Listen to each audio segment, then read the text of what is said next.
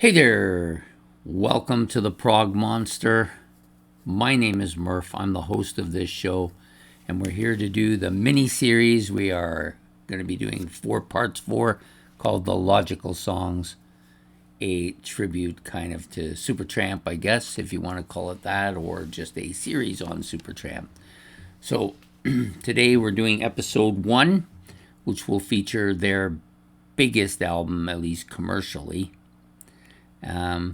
And we'll talk a little bit about this album. So the album we're going to be doing is Supertramp's Breakfast in America. So this album, I believe, released in 1979. Got 10 tracks on it in total. Really no bad tracks on this album. It's a little bit poppier than its predecessors. All of the predecessor songs had those commercial sounding albums, or songs I should say, but this one, even though it's a little bit more commercial sounding than them, it's still a fantastic album. I think the strongest suits of this album, probably its vocals and the construction of the songs.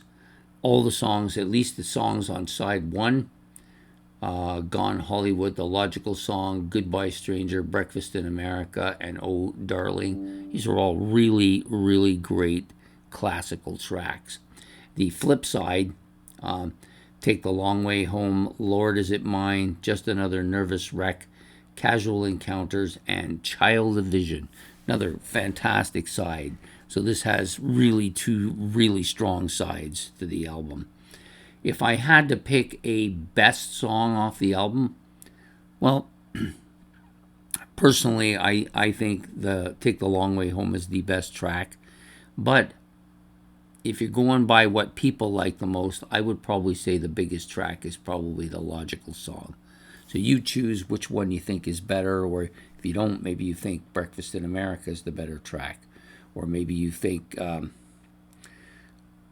Goodbye Strangers, the big track, or one of those other ones. But it had 4 big hits. So for me, I think it's The Logical Song. It's probably the reason why I chose the title of the series to be The Logical Songs. The longest track on here, I'm not really quite sure. It doesn't really give a breakdown. Oh, it does actually, on the inside track. I didn't realize that. So the longest track on this is the last track on the album, Child of Vision.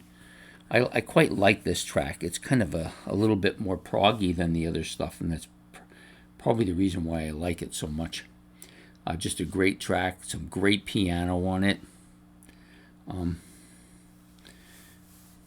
Vocals are sharp. Yeah, those vocals are pretty much sharp on the whole album. Best solo. If I was going to pick a best solo, I would say it's probably the keyboard or the piano part on Goodbye Stranger. I just think that's fantastic. Really strong solo. But there's a lot of good stuff on this album. So for me, I got this album back in when it came out back in 1979. I liked it immediately. It's not a type of music at that time period that I would have probably liked. But it's such a strong album, it would be difficult not to like it. And I played it a lot. It became one of my favorite albums of that year. Probably has continued right up till now. It did have a lull there for a decade or so where I didn't play it as much because it's just kind of burned out. But then it's kind of come back and it's done quite well. It's a masterpiece in my masterpiece collection as well.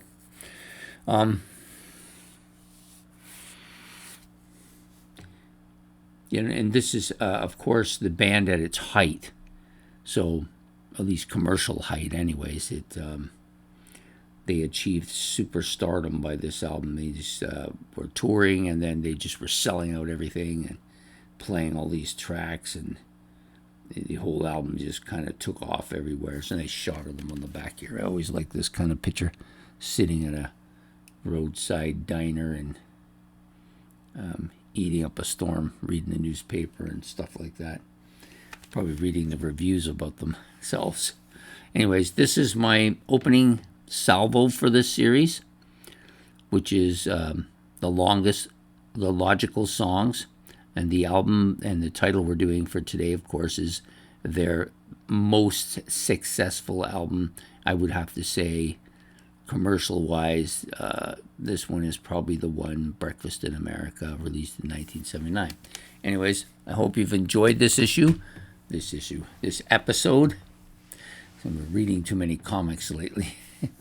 Hope you enjoyed this episode. Please hit the like and subscribe. If you want to make any comments about the album Breakfast in America, or about Supertramp, or about anything related to the video, you can do that as well. And we will see you tomorrow for the second episode. So we're going to do this in 4 episodes, parts 1, 2, 3, and 4, which will go 4 consecutive days starting tomorrow, which is Wednesday.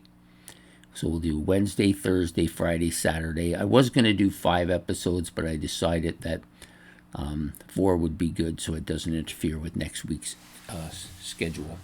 Anyways, I hope to see you all tomorrow for the second episode. So have yourself a good evening, and goodbye here from the Prog Monster.